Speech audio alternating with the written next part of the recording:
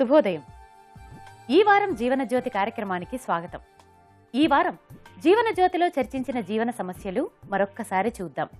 ముందుగా స్త్రీలలో అల్ప రక్తపోటు అదుపులోకి వచ్చేందుకు డాక్టర్ గాయత్రీదేవి గారు తెలియజేసిన ఆయుర్వేదంలోని మార్గాలను ఇప్పుడు చూద్దాం. మామూలుగా రక్తపోటు అనేది ఏంటంటే గుండె లోపలికి రక్తం రావడం, గుండెలోంచి రక్తం బయటకు వెళ్ళడం, ఈ రెండు ప్రక్రియలు జరుగుతున్నప్పుడు మనకి ఆ రక్తపోటులో రీడింగ్స్ రెండు ఉంటాయి కదా, సిస్టాలిక్ డయాస్టాలిక్ అని చెప్పి 120/80 అని చెప్తూ ఉంటాం. పైన ఉండేదాన్ని సిస్టాలిక్ అంటాం, కింద ఉండేదాన్ని డయాస్టాలిక్ అంటూ ఉంటాం. అంటే గుండె లోపలికి రక్తం ప్రవేశించేటప్పుడు, అంటే గుండె లోపలికి రక్తం ప్రవేశించేటప్పుడు డయాస్టాలిక్ అని చెప్పి ఆ లోపల ప్రెషర్ తక్కువగా ఉండడం వల్ల వచ్చేటువంటి పోటు 80 అలా ఉండేటువంటిది. అదే గుండె నుంచి బయటకు వెళ్ళేటప్పుడు, అంటే గుండె కొంచెం ఒత్తిడికి గురైన తర్వాత అప్పుడు లోపల ఉన్నటువంటి రక్తం బయటికి, అంటే రక్తనాళాల ద్వారా వెళ్తూ ఉంటుంది. ఆ టైంలో వచ్చేటువంటి దాన్ని సిస్టాలిక్ ప్రెషర్ అంటాం. అది 120 నార్మల్గా ఉండాల్సినటువంటిది.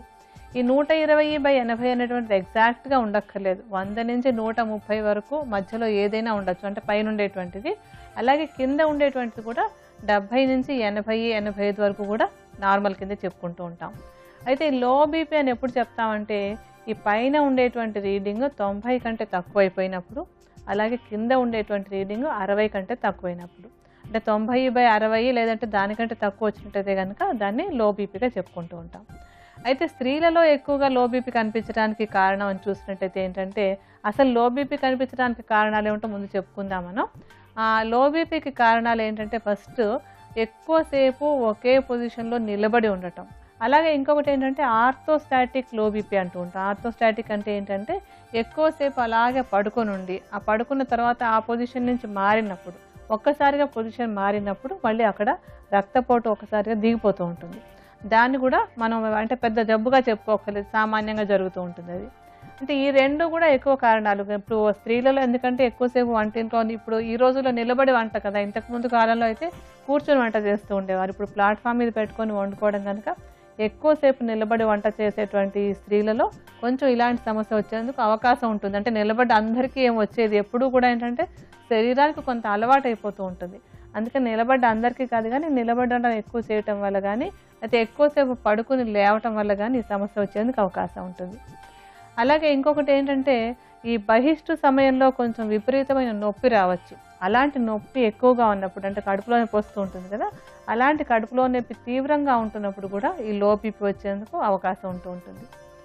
అలాగే బహిష్టు సమయంలో కొంచెం రక్తస్రావం అధికంగా అవుతూ ఉంటే, కొన్ని సమయాల్లో ఏంటంటే ఏదో ఫైబ్రాయిడ్స్ ఉండి కానీ, లేకపోతే హార్మోన్స్ సరిగా పనిచేయక కానీ, లేకపోతే పీసీఓడి సమస్య వల్ల కానీ, ఇలాంటి రకరకాల కారణాల వల్ల రక్తస్రావం, అంటే బహిష్టులో రక్తస్రావం కాస్త ఎక్కువగా అవుతూ ఉంటే, అటువంటి అప్పుడు కూడా కొంచెం రక్తపోటు తగ్గేందుకు స్త్రీలలో ఎక్కువగా అవకాశం ఉంటుంది.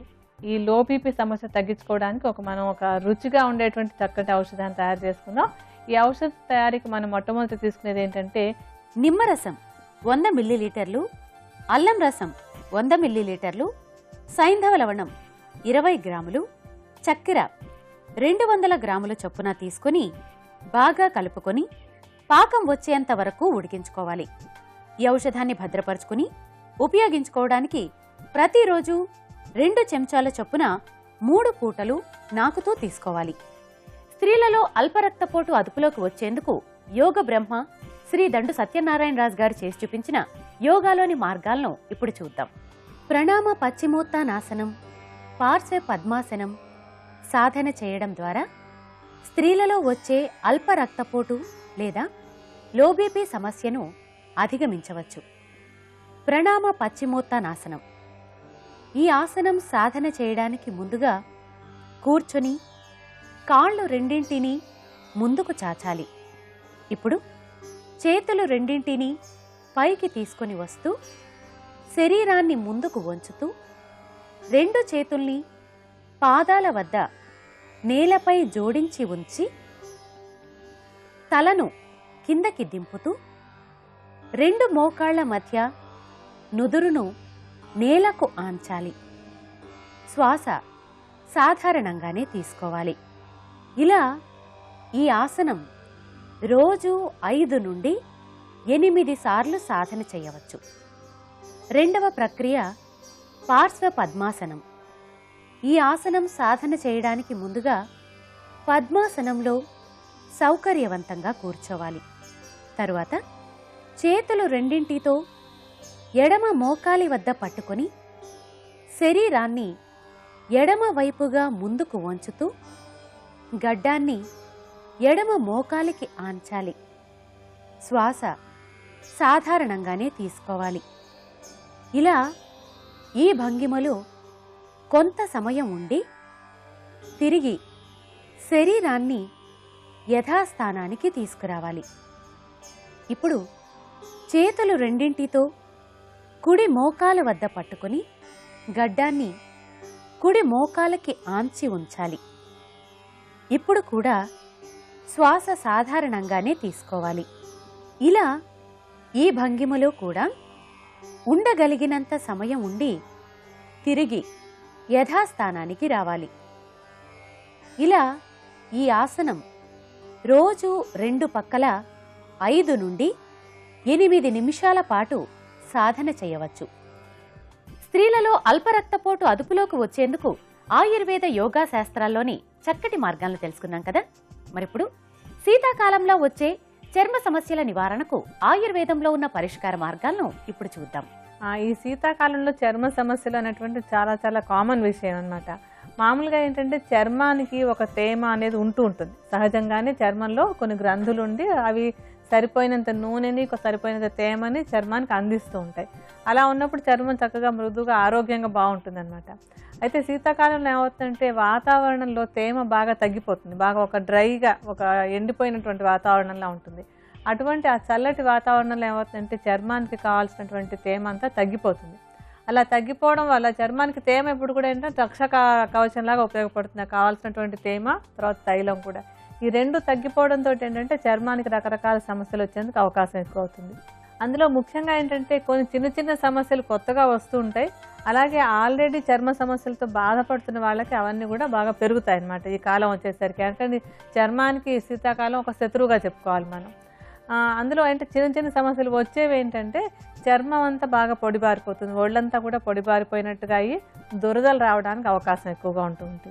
అలాగే ఏంటంటే అరచేతులు అరికాళ్ళలో ఇంకా బాగా పొడిపారిపోయి పొట్టు లేచిపోయినట్టుగా వచ్చేయడం, దురదలు ఎక్కువగా ఉండడం. దురదలు అనేటువంటి శీతాకాలంలో చాలా ఎక్కువ అనమాట. ఆ అరికాళ్ళలోని అరిచేతుల్లో కూడా పొరల్లాగా వచ్చేసి అక్కడ దురదలు పెట్టడం అనేటువంటిది కూడా కొత్తగా వచ్చేటువంటి సమస్య. అలాగే ముఖం కూడా ఏంటంటే కొంచెం తేమ అంతా తగ్గిపోయి కొంచెం కాంతివహీనంగా డ్రైగా ఉండడం అనేటువంటిది కూడా సామాన్యంగా ఉండేటువంటి ఒక సమస్య. ఇవి కాకుండా మనం చర్మ సమస్యలో చూసినట్టయితే ఏంటంటే సోరియాసిస్ తోటి బాధపడుతున్నటువంటి వాళ్ళకి ఈ కాలం వచ్చేసరికి ఏంటంటే అది మళ్ళీ తిరగబెట్టేందుకు అవకాశం ఉంటుంది. అలాగే ఆ ప్యాచెస్ అన్ని బాగా పెరిగిపోవడం, వాటి మీద పొట్టు ఎక్కువగా రావడం అనేటువంటిది ఈ శీతాకాలంలో ఎక్కువగా అవుతూ ఉంటుంది. అలాగే ఎగ్జిమా లాంటి సమస్య ఉన్న వాళ్ళకు కూడా, అంటే ఎగ్జిమా అనేటువంటి ఒక చర్మ వ్యాధి ఉన్నటువంటి వాళ్ళకు కూడా ఈ కాలంలో కొంచెం ఆ వ్యాధి ఎక్కువైపోతూ ఉంటుంది. ఇక చుండ్రు కూడా ఒకటి తలలో, అంటే తల కూడా మనకి చర్మంలోకి వస్తుంది కనుక ఈ శీతాకాలం వచ్చేటప్పటికి ఏంటంటే చుండ్రు సమస్య కూడా కొత్తగా వచ్చేందుకు అవకాశం ఉంది. అసలే ఎప్పుడు బాధపడుతున్నటువంటి వాళ్ళకి ఈ కాలంలో కాస్త ఆ సమస్య బాగా ఎక్కువైపోవడానికి అవకాశం ఎక్కువగా ఉంటుంది. చలికాలంలో చర్మ సమస్యలు రాకుండా ఉండడానికి ఒక తైలం లాంటి ఔషధం తయారు చేసుకుందాం మనం. ఈ ఔషధం తయారీకి మనం మొట్టమొదట తీసుకునేటువంటిది చందనం 25 గ్రాములు, ఎస్టిమధు చూర్ణం 25 గ్రాములు, వట్టివేర్ల చూర్ణం 25 గ్రాములు, మంజిష్ట చూర్ణం 25 గ్రాముల చొప్పున తీసుకుని ఈ చూర్ణాలన్నిటినీ బాగా కలుపుకొని ఒక పాత్రలో వేసుకోవాలి. దీనికి 400 మిల్లీలీటర్ల పెరుగు మీద తేట, 100 మిల్లీలీటర్ల కొబ్బరి నూనెను కలిపి సన్నని మంటపై నూనె మాత్రమే మిగిలేంత వరకు మరిగించి వడపోసుకోవాలి. ప్రతిరోజు ఈ తైలాన్ని ఒంటికి పట్టించి గంట తర్వాత స్నానం చేయాలి. ఈ సమస్య నివారణకు యోగాలో ఉన్న పరిష్కార మార్గాలను ఇప్పుడు చూద్దాం. కుంభక ప్రాణాయామం, అధోముఖ పశ్చిమోత్తానాసనం సాధన చేయడం ద్వారా శీతాకాలంలో చర్మాన్ని సంరక్షించుకోవచ్చు. కుంభక ప్రాణాయామం. ఈ ప్రాణాయామం సాధన చేయడానికి ముందుగా పద్మాసనం లేదా సుఖాసనంలో సౌకర్యవంతంగా కూర్చోవాలి. తరువాత 2 నాసికా రంధ్రాల ద్వారా శ్వాస వేగంగా పీల్చుకొని వదులుతూ ఉండాలి. ఇలా కొంత సమయం చేసి ఇప్పుడు శ్వాస దీర్ఘంగా తీసుకొని తల ముందుకు వంచి గడ్డాన్ని ఛాతికి ఆంచి శ్వాస ఉదరంలో కుంభించి ఉంచాలి. ఇలా ఉండగలిగినంత సమయం ఉండి తిరిగి తలను యథాస్థానానికి తీసుకొని వచ్చి శ్వాస బయటకు వదలాలి. ఇలా ఈ ప్రాణాయామం రోజు 6 నుండి 10 నిమిషాల పాటు సాధన చేయవచ్చు. రెండవ ప్రక్రియ అధోముఖ పశ్చిమోత్తానాసనం. ఈ ఆసనం సాధన చేయడానికి ముందుగా వెల్లకిల్లా పడుకోవాలి. తర్వాత కాళ్ళు రెండింటినీ పైకెత్తుతూ 2 చేతుల సహాయంతో కాళ్ల మడమల వద్ద పట్టుకొని తల వైపుగా నొక్కుతూ కాళ్ల వేళ్లను తల పైన భాగంలో నేలపై ఆంచాలి. తలను కొద్దిగా పైకెత్తి 2 మోకాళ్ల మధ్య ఉంచాలి. శ్వాస సాధారణంగానే తీసుకోవాలి.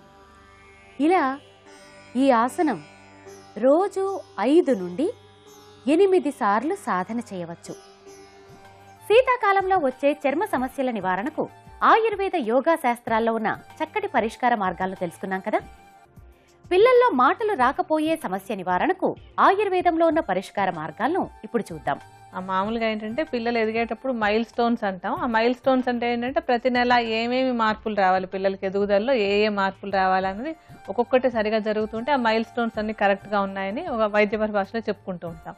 అందులో ఈ మాటల విషయానికి వచ్చేసరికి ఏంటంటే నార్మల్గా చంటి పిల్లలు ఒక 3-4 నెలలు వచ్చేసరికి బాగా కేరింతలు కొడుతూ ఏదో గట్టిగా వాళ్ళకి అంటే భాష అని కాకుండా ఒక అరుస్తున్నట్టుగా ఉండటం, ఆనందంగా ఉంటే ఒక రకమైన కేకలు పెట్టడం, మనం ఏదైనా పలకరిస్తే దానికి ప్రతిగా మళ్ళీ వాళ్ళు కూడా ఏదో ప్రయత్నం చేసినట్టుగా అరవటం అనేటువంటి మనం చూస్తుంటాం. కేరింతలు అంటాం, అరుపులు అనకూడదు దాన్ని, ఆ కేరింతలు కొడుతూ ఉంటారు.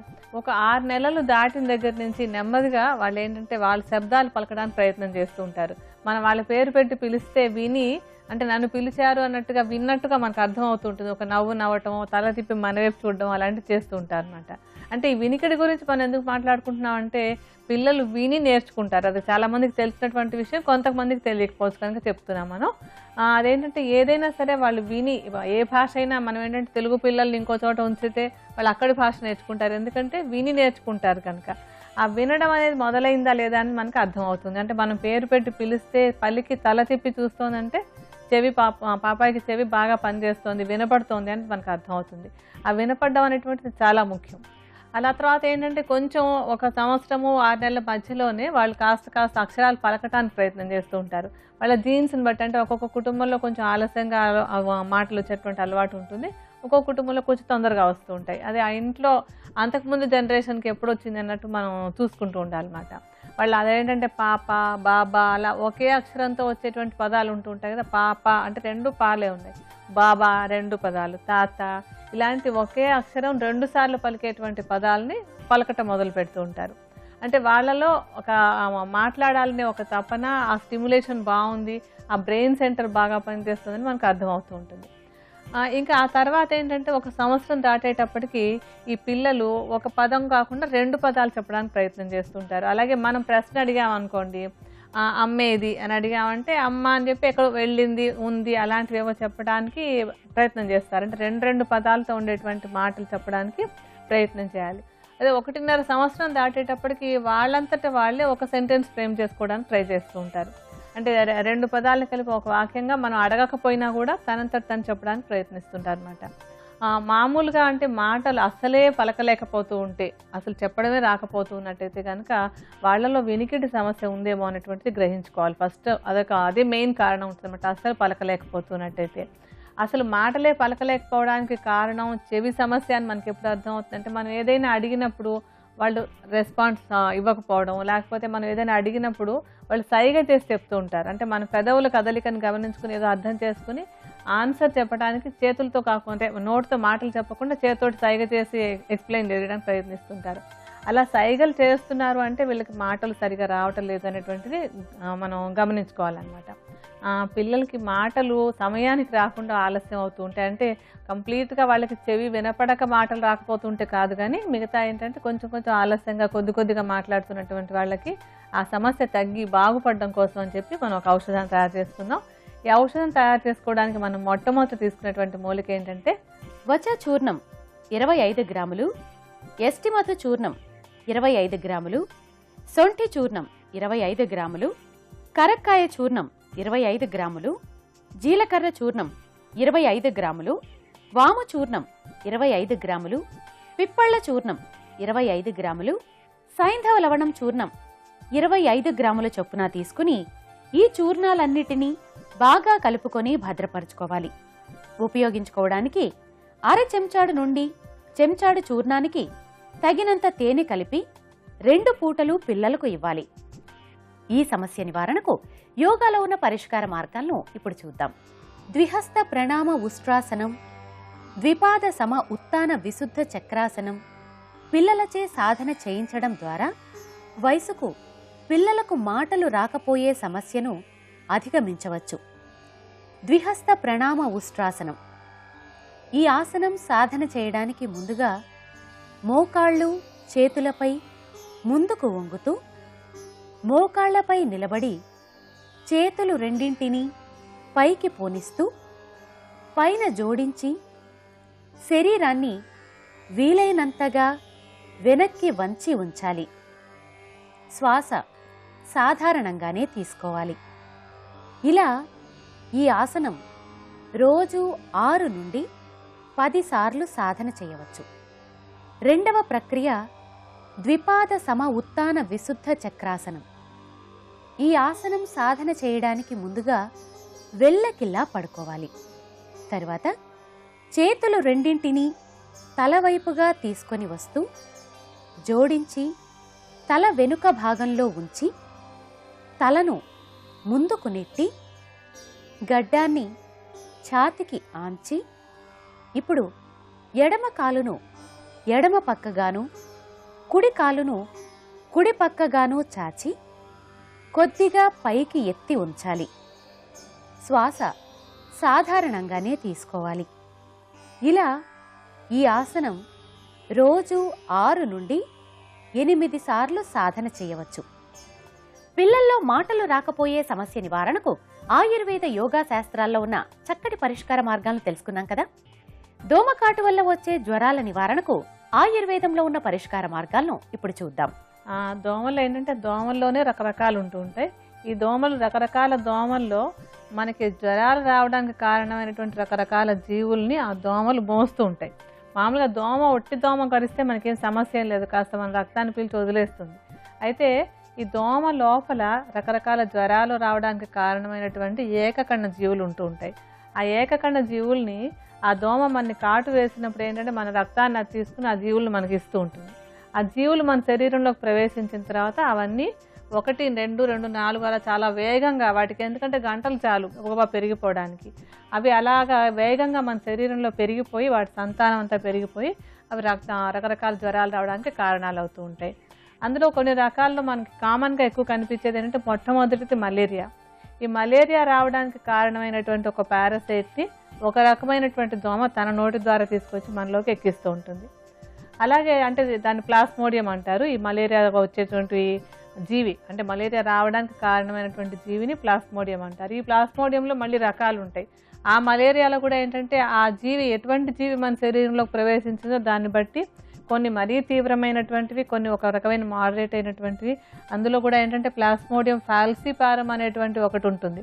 అది చాలా తీవ్రమైనటువంటి జ్వరం. అది శరీరంలో ప్రవేశించిందంటే మన మెదడులోకి అంతా వెళ్ళి ప్రాణాంతకంగా తయారయ్యేలాగా చేసేటువంటి ఒక జీవి అనమాట. అంటే ఒక ఏకకణ జీవి మన మీద ఎంత ప్రభావం చూపిస్తుందో మనం ఇలాంటివి చూసినప్పుడు అర్థమవుతూ ఉంటుంది. అలాగా మలేరియా కలిగించేటువంటివి కొన్ని రకాలు. అలాగే మరొకటి ఏంటంటే మనకి ఎక్కువగా కనిపిస్తున్నటువంటి ఇంకొక సమస్య చికెన్ గున్యా. ఈ చికెన్ గున్యా కూడా దోమల ద్వారా మన శరీరంలోకి వచ్చేటువంటిది.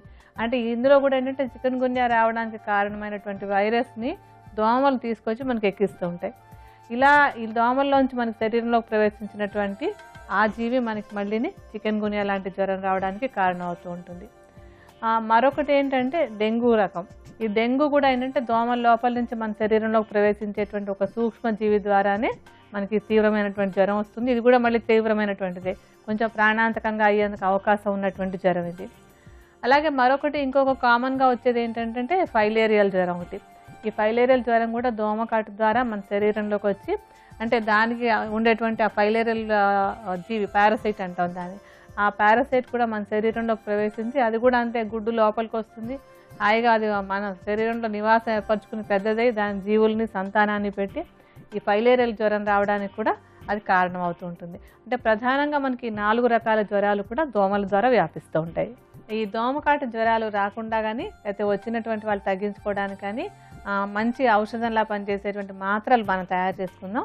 వీటి కోసం మనం తీసుకోవాల్సినటువంటి మొట్టమొదటిది ఏంటంటే సింకోనా బెరడు చూర్ణం 30 గ్రాములు, యాలకుల చూర్ణం 30 గ్రాములు, కటుక రోహిణి చూర్ణం 10 గ్రాములు, నేలవేము చూర్ణం 10 గ్రాములు, త్రికట చూర్ణం 10 గ్రాముల చొప్పున తీసుకుని ఈ చూర్ణాలన్నిటినీ బాగా కలుపుకొని దీనికి తగినంత నిమ్మరసాన్ని కలిపి మాత్రకట్టుకు వచ్చేంత వరకు కల్వంలో వేసి నూరుకోవాలి.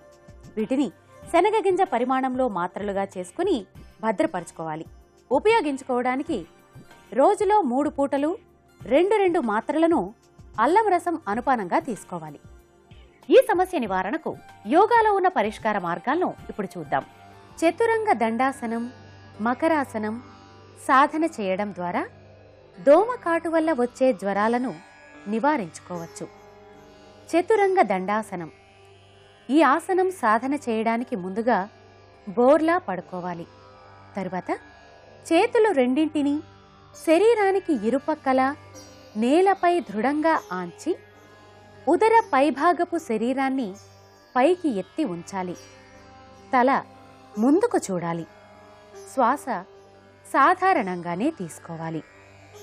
ఇలా ఈ ఆసనం రోజు 6 నుండి 10 సార్లు సాధన చేయవచ్చు. రెండవ ప్రక్రియ మకరాసనం. ఈ ఆసనం సాధన చేయడానికి ముందుగా బోర్లా పడుకోవాలి. తరువాత చేతులు రెండింటినీ వెనక్కి పోనిస్తూ నడుముకు ఇరుపక్కలా చాచి ఉంచి ఇప్పుడు కాళ్ళు, చేతులు, తల, ఛాతీ భాగాలను ఏకకాలంలో ఎత్తి ఉంచాలి. ఇప్పుడు కూడా శ్వాస సాధారణంగానే తీసుకోవాలి. ఇలా ఈ ఆసనం కూడా రోజు 6 నుండి 10 సార్లు సాధన చేయవచ్చు. దోమకాటు వల్ల వచ్చే జ్వరాల నివారణకు ఆయుర్వేద యోగా శాస్త్రాల్లోని చక్కటి పరిష్కార మార్గాలను తెలుసుకున్నాం కదా. ఇది ఇవాల్టి ఈ వారం జీవనజ్యోతి కార్యక్రమం. తిరిగి రేపటి జీవనజ్యోతి కార్యక్రమంలో మళ్ళీ కలుసుకుందాం. అంతవరకు సెలవు. నమస్కారం.